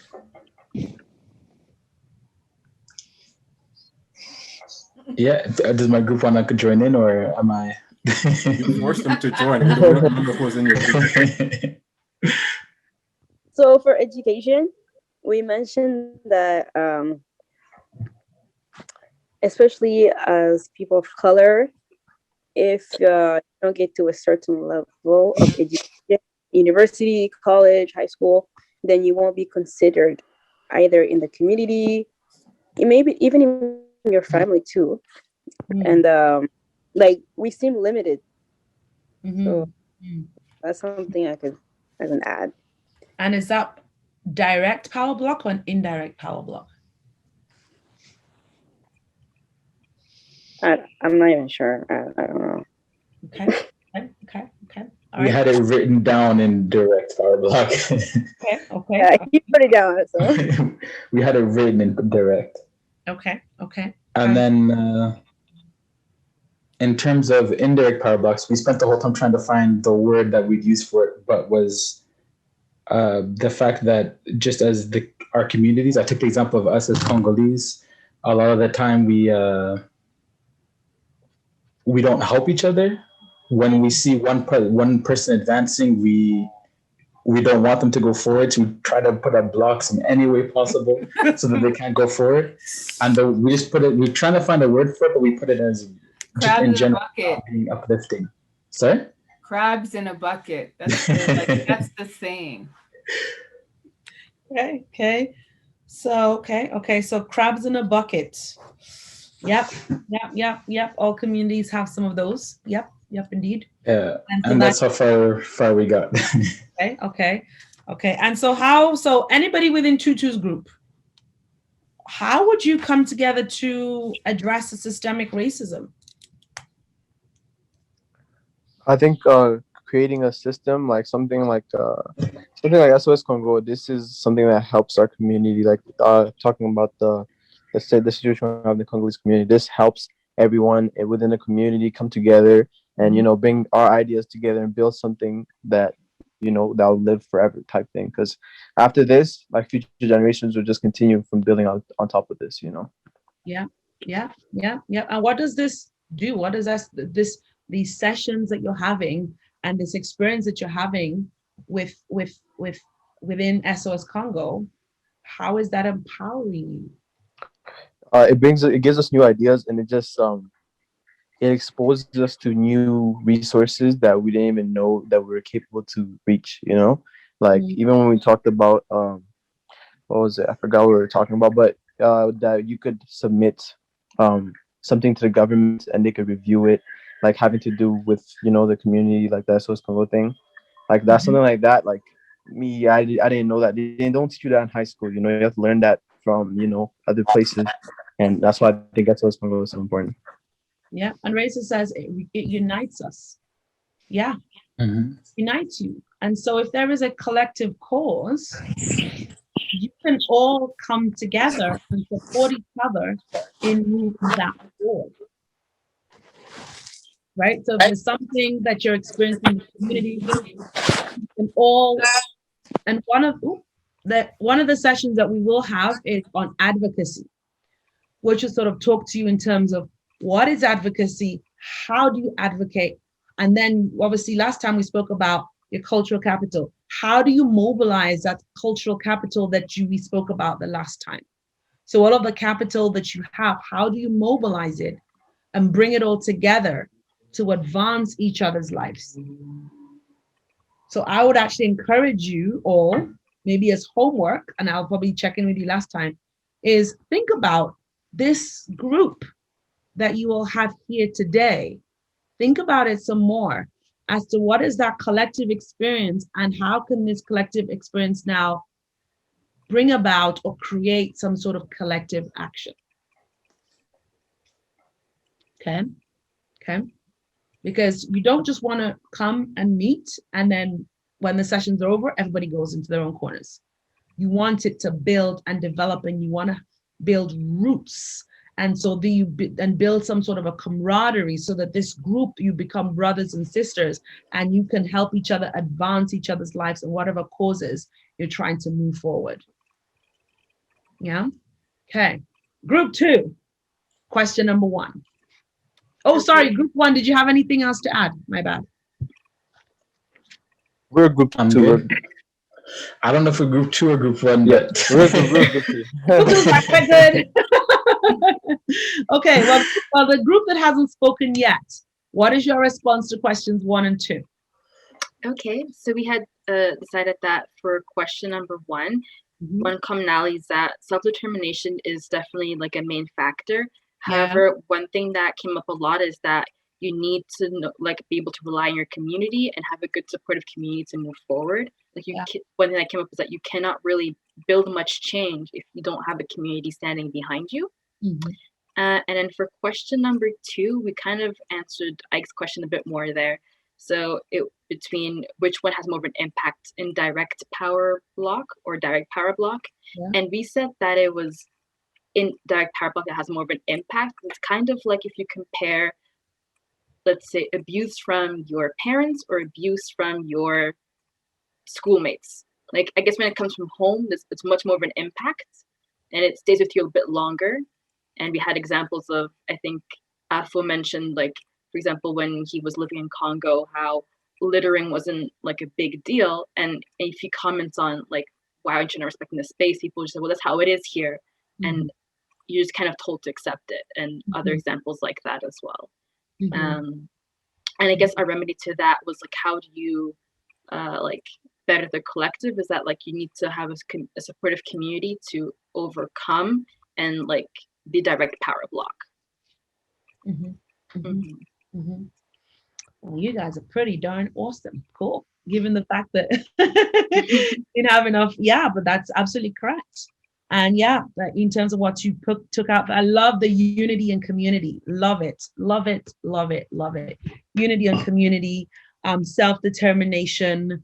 Yeah, absolutely. And you are correct there in that the community, you are as strong as your community. And so you have to build yourself individually, your self-efficacy and build yourself. And then you have to understand the environment and what that relationship is. And then you and the environment then come up with these strategies and tools to fix, address, whether it's a social change, whether it's, you know, whatever issue that you think is important or is paramount, you work together to move, advance the needle on that particular item. Even if it's we want more camaraderie, we want more brotherhood, we want more fellowship, even if that is the goal. In that maybe perhaps, you know, you may find perhaps there isn't enough camaraderie and fellowship between, let's say, the BIPOC youth, for example. Okay. All right. Well, thank you. Thank you all very much. Thank you all very much. That was awesome. Any questions before we move on? I want to try and squeeze in a last one, a last breakout session. So that one, no faffing around as you go when you tackle the questions. So yeah, so any questions for me before I move on? Okay, all right. Limitations. So empowerment is contextual. So do you see how when we saw that lady driving the truck, it was such a huge, massive deal? Not that it wouldn't be a big deal over here, but not so much. Just like when you have, I think it only recently became legal for women to drive cars in Saudi. So women driving cars in Saudi would be seen like it's very empowering and they feel empowered. But for us, it's like, if I don't drive, that means I can't take my kids to daycare, and it's not a big deal. So it's really, really, really contextual. And empowerment is nice. It's great. It sounds wonderful. But of one group, if empowerment of one group is at the expense of the other, then it's a limitation. If one group is empowered, but it's at the expense, so if I feel empowered, but for me to be empowered, I have to disempower you, then that's not good. And so you could also feel empowered. You'd be like, yeah, I've just had a run. I feel great. I feel wonderful. I can take on the world. But doing nothing to gain resources to advance your life forward, it's okay, you're empowered, but now we need the action. We need the third dimension, which are the strategies and the tools to pull together that self-efficacy that we've developed and that understanding of your environment. But then it doesn't stop there. Now it has to move into action. Okay, let me see if I can move through this one quickly. So yeah, and also messaging. You know, when you hear empowerment, you know, it's really framed as a doable, reachable, and measurable goal. But yet, like I said, it's context specific, it's fluid, and it's messy. This messaging sometimes creates problems of operationalization and, let's say, observing progress on the ground. How do you measure empowerment? How do you measure people empowered? I mean, of course, you can come up with some very sort of discrete data or indicators. So you might say, well, I feel empowered if I have a job, or I feel empowered if this happens or if that happens. But it's not easy to sort of measure what empowerment is. And it's also is rarely a logical in trajectory, in that most empowerment discourse has a logical linear narrative, but empowerment is a change concept. So change comes from action. It's a change concept, and social change is seldom linear, and it's an iterative process. And we have culture blind. Policymakers and workers sometimes fail to consider what it means or will mean, let's say, to empower women from a social, cultural standpoint. And it's not enough to, let's say, assume empowerment is, let's say, about, for example, bringing women into the fold of power structures or speaking your mind. And the results are not instantaneous. It really isn't instantaneous. It is an iterative process that it might be. We saw the 3 dimensions. You are working on self, you're understanding your environment and how that relates to you, and developing strategies almost simultaneously, and you're going round and round and round and round. It's not instantaneous. And even if you think you're working on self and you've done a good job, the whole concept of, let's say, self-mastery is a journey, in the sense that self-mastery of, let's say, discipline. Discipline is so important. Building and developing those routines, having that grounding in the morning, those disempowering beliefs or indirect power blocks. As soon as, if you notice, you will make these amazing visions, these amazing plans, but it's all done in our conscious mind. And as soon as we start thinking, then our minds start, then our negative beliefs start coming in. Last time you did it, you failed. Last time you worked with this Congolese person, they were late. Last time you worked with this African person, this happened. Last time you did that, this happened. And these limiting beliefs just creep in, and slowly that vision and that goal, you sort of move further and further and further away from it, to the point where you don't achieve it at all. And so it is, and it's both a process and it is an outcome. So persuading communities about empowerment and why not to fear it. Okay. And what kind of should this process look like?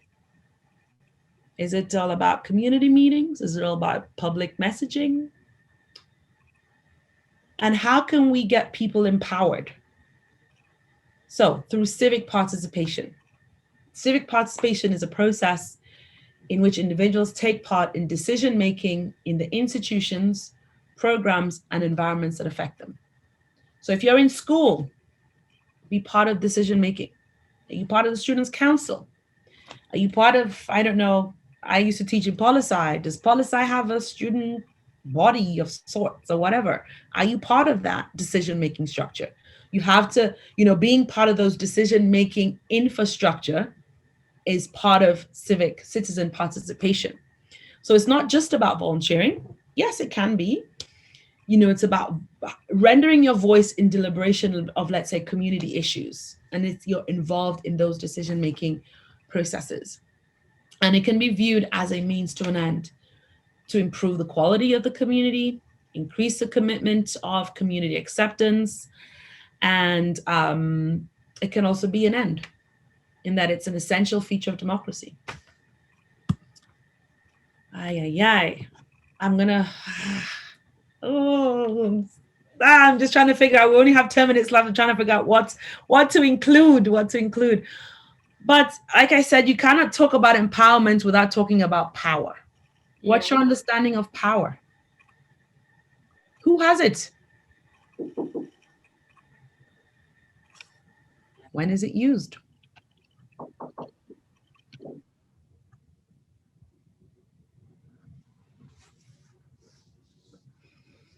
Maybe I'll pick somebody too.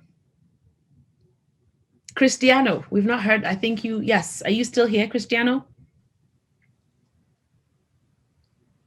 Cristiano came in a little bit later. Okay. Like in the last session, so I'm not sure if he's here. Okay. And how much of the previous stuff he caught on to. But who have we not heard from? Mr. Laurent, are you with us? Yep. There you go. All right. What do we mean by power? You see this thing here. Who has it? How does it fit in social? Oh, sorry.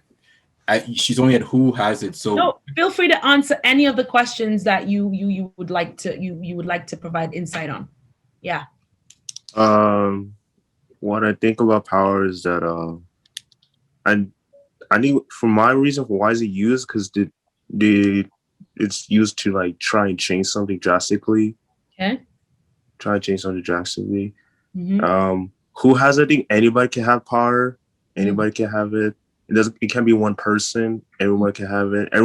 Everyone in the world can have power. It's the way how they're gonna like give it away and stuff. Yeah.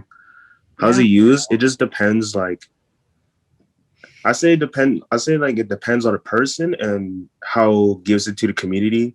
Yeah. How like it's like how's it gonna affect people. Mm-hmm. Mm-hmm. Yeah. And how does like it fit in a social structure? If like it requires a lot of responsibility, like it requires big shoes to fill when you have like the amount of power. And how can it be abused? If you like being too greedy about it, like you use it a lot, and people don't like that, and yeah, absolutely. Yeah, thank you. Let's go back to Cristiano now. Cristiano, were you able to catch some of those answers? And maybe you can bounce off of what Laurent was saying. What do you think about power?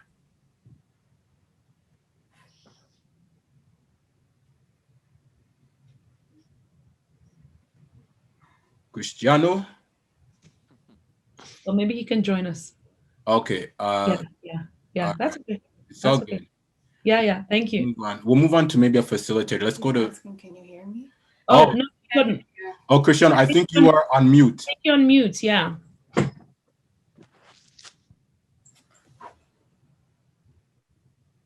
Maybe let's go to Felicia for now, and then I'll message Cristiano and figure out the mic. Okay. Felicia. Okay, go. Okay, Felicia, are you here? Okay, let's move on because we don't have. I don't want to go way much over 7. No, that's okay. Who has it? We all have some degree of power. Sometimes we don't realize it, but we all have some degree of power. It's understanding what is our power, how do we wield it, how do we mobilize it, how do we use it, and and can it be abused? Totally, it can be abused. Even if we are trying to, let's say we're going up, which then lies in even our approach to empowerment and approach to, let's say, social causes, in that do we want to pursue empowerment by, let's say, disempowering another group? And so is that double responsibility, in that you have responsibility to your community to obviously empower and move things forward, but also responsibility not to disempower another group. Okay. One type is called power over, and that is the capacity to compel or dominate others, enforce a command or control the use of resources. And so, which is why even you have organizations like Calgary Foundation, now they are now offering more BIPOC nonprofit organizations funding, and encouraging more BIPOC organizations to seek out funding, because there's evidence to suggest that BIPOC communities or BIPOC organizations tend to have access to the least amount of funding. And that's why now you're also seeing a lot of movement towards getting, let's say, financing for Black businesses, because historically, Black businesses find it particularly more challenging to gain finance for their business than, let's say, a white business. So Jacob says, with power comes great responsibility. Correct. To whom much is given, much is expected. Yeah. So it can involve the use of coercion.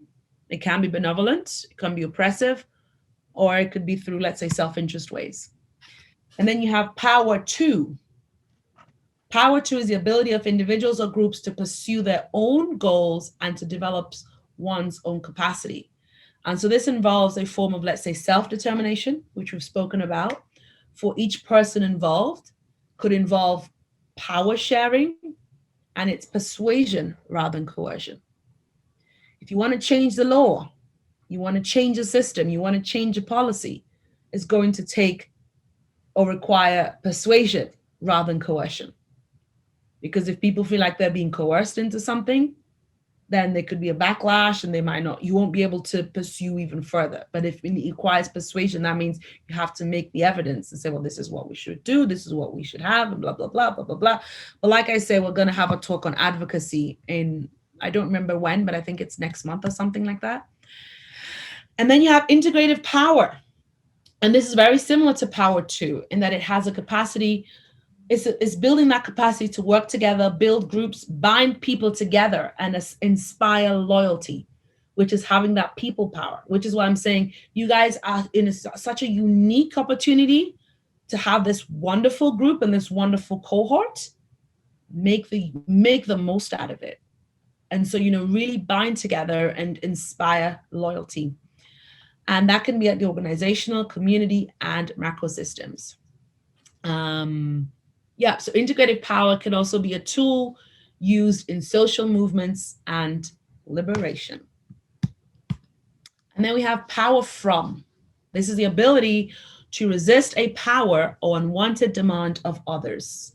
What could be an example of this if you're resisting the power that be?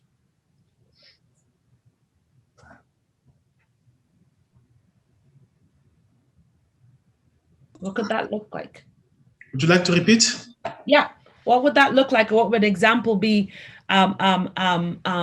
Resisting, let's say, the powers that be. Can you give an example of that?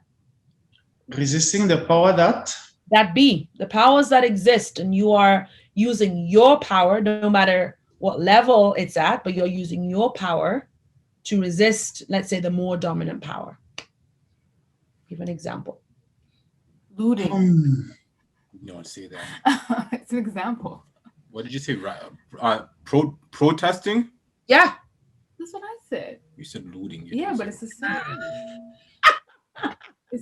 Yeah, protesting. Correct. Yeah. And we saw that with the killing of George Floyd, it led to massive protests across the entire world. They were even protesting in Africa. And you saw that, I'm sure part of the reason why we got the results that we did was because there was that fear that, okay, if we don't reprimand this dude, people are going to come back on the streets. Mm-hmm. That's 1000% it, without a doubt in my mind. Yeah. And so power is really that critical consciousness, which is our ability to understand ourselves in relation to our environment without judgment, to understand who I am, what my position is, what are other people's perspectives of me are. You understand it. It doesn't mean that you internalize it, but you understand it, because then that impacts how you move. Understanding what your cultural capital is, that is important to me. Understand the ability or capital that I have to understand and, let's say, change things. So it's that critical consciousness plus the knowledge of oppression that gives you power. And I'm going to, so as one, I don't know, do you guys mind staying behind just an extra 5 minutes? Is that okay? Or 7 minutes? Let us just give us a thumbs up if you can give 5 extra minutes. All right. Okay. Got a couple, 3, 4. Let's just keep going. Oh, okay. Yeah. Okay. Everybody give a thumbs up. That's like 20 extra minutes we go. We take 5 from. You guys haven't been to church in so long. That's how the pastor does it. He asks each one, give me 1 extra minute, then he counts up on the. Jacob has to get going. That's okay. Thank you so much, Jacob. Thank you for your contribution. I really appreciate it. I think we all appreciate it. Thank you. Okay. So yeah, I'll try and I'm not going to go beyond 7 minutes. Okay. So what are the instruments of social power? So which is the way that power can be used to manifest? So one, control resources that can be used to bargain, reward, and punish other groups. This can be political campaigns, can be through money, can be through time. And this resembles that power over that we were talking about. And so it can be used for positive and for negative, pretty much is what I'm saying. And of course, you have to choose to use your power for positive. 2, why is my computer not moving? So 2, control channels for participation in decisions. So that's all about, let's say, laws around voting, why some people are allowed to vote, who gets to come to meetings, who gets to be at the table, which is why I am impressing on you that wherever you find yourself, explore what tables, where the decisions are being made, and explore how you can be part of that table. Because if you're not part of that table, you're not considered. And that's just a general fact. If you are at dinner and you're chilling with your friends and you're making decisions about going shopping, if that person's not there to tell you what time and what date they would like to go and where they'd like to go shopping, you're likely not going to take their thoughts and feelings into consideration because they're not there. And so being part of those decision-making structures and environments is really, really important. Shape the definition of public issue or conflict. That's very, very important. So that's down to things like media communications. They can shape the definitions of certain issues. And so in the absence of let's say, social media, or in the absence of cameras, let's go back to George Floyd's example. In the absence of cameras, can you imagine how that situation would have been described? He would have been described as belligerent. He's kicking, he's screaming, he had a weapon, he had a this, he had a that. But because of cameras and the existence of all sorts of media and all kinds of communication tools, they couldn't do that. And so this also means, instruments, we have to also find a way to be part of defining the definition of the issues or the conflict. And of course, I threw self-empowerment in there because you cannot do all of that if you yourself, you're not empowered. And so there was, I won't do a breakout session. I think I'll just ask these questions because we don't have any time. But so what power, drawing back to our last session, what power and cultural capital do you possess? What sort of power do you have? And cultural capital. Let's draw back on what Rita spoke about the last time as well. What power and cultural capital do we have? Do we possess? Let's try to make it quick here. We talked about power. Let's start with Junior.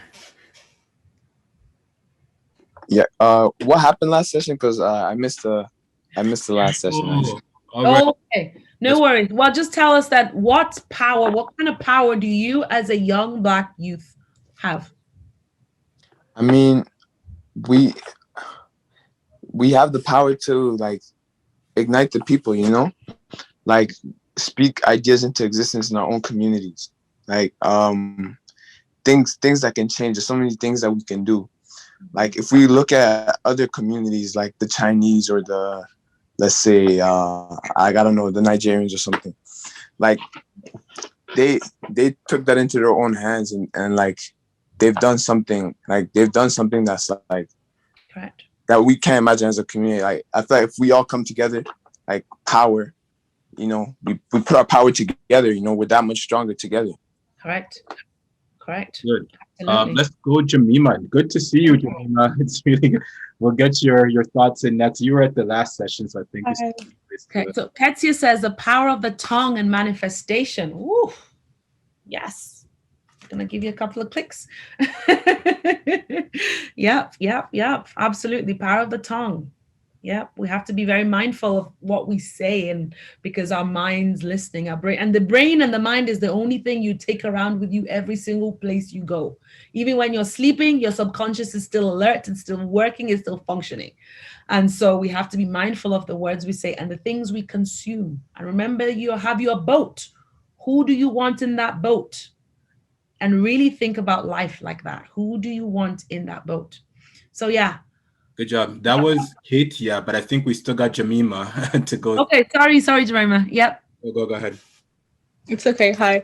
I was actually gonna say something similar to Kitsia, but I was gonna say more that I think Black youth today have we found our voice, and we know that we have that right to speak now.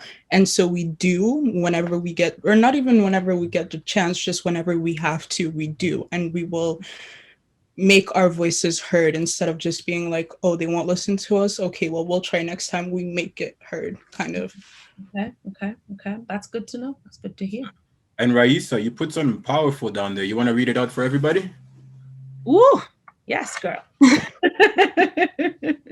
I said the power to unite our community and change our I can't speak English. Can someone read it for me? No, you're doing fine. Keep going. Our perspectives on ourselves first and go forward together. Woo. Yes. Absolutely. And I can't wait for us to have that session on advocacy, because then that sort of teaches you in terms of how we can advocate. You know what I mean? There are different types of advocacy. Of course, if you want to do the stronghold, you can. If you want to do another type, you can, but basically moving forward. Wonderful. Last question, and then we're done. How can we deploy? I think we actually answered it, but if anybody else can add anything to that, how can you deploy this power and this cultural capital to address or overcome these direct and indirect power blocks that we spoke about? I think you've answered it, but if there's anything else anyone else would like to add, we're all ears. Yeah, what about indirect power blocks? Does anybody want to speak to that? How do you deploy your power to address an indirect power block? Let's go. Christiana, do you have a thought around this one? Oh, sorry, I see you in thought right now. Maybe you're trying to formulate something. Let us know if something's percolating there. Yeah, I would say if you're talking about indirect power block, one way you can deploy your power is through education and educating your community. For example, with like self-limiting beliefs that a lot of us have internalized, if those who don't have them and know better, they should probably share that knowledge as well. I think that's maybe one big way to kind of address that indirect power block. Absolutely. Absolutely. Yep.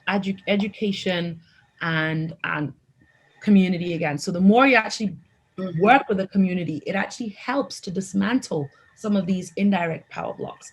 And has anybody heard of affirmations? This is like practical stuff. Affirmations. So I have like my affirmations, like, you know, and you're speaking yourself, speaking your, how do you want to be? What does that be? How do you want to be? Do you want to be resilient? Do you want to be strong? Do you want to be tough? Do you want to be smart? Do you want to be, what do you want to be? Throw them out, throw the ideas out, throw them out. What do you want to be? How do you want to be? A few. Knowledgeable, educated. Educated, yes. Successful. Something. Sorry? Successful. Successful, okay. Yes, yes. Respected. Respected, yes. And what I do is, you don't have to do it, but this is what I do. I have my list of affirmations, which is what I want to be. And it's that powerful concept of be, do, have. In the sense that however you are, your way of being is going to impact what you do. And that in turn is going to impact what you have. So a simple one for me is, I am stuck in this basement all day, every day. And there was a time when I'd forget to go up and see my kids because I'm just so busy on my computer. And one of my affirmations is, I am an awesome mom and I always make time for the kids. I read my affirmations every single morning. No, tell a lie. I've recorded it and I just press play because I'm lazy like that. I've recorded all of my affirmations and I just press play. And so it reminds me. And so by me saying I am a good mom and I make time for my kids, it influences what I do throughout the day. And that in turn influences what I have, which is a great relationship.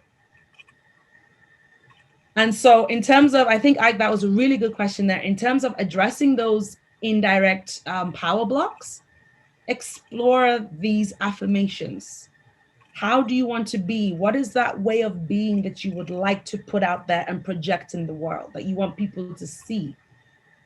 Record them, play them to yourself every morning. And you will see how it will begin to impact how you are as a person, what you have, what you do, and that in turn will impact what you have. And that's the end. That was awesome. Yeah. Thank you very much. That was dope. So thank you all for staying behind. I really, really appreciate it. I didn't want to cut off some of like the really, really good discussions that we're having. I'm going to stay behind if anybody has any additional questions or thoughts or anything like that. So, yeah. All right. I think that's everything. You guys are free to go. Thank you. Thank you. Okay, thank you. Thank you. Thanks. We'll see you next time.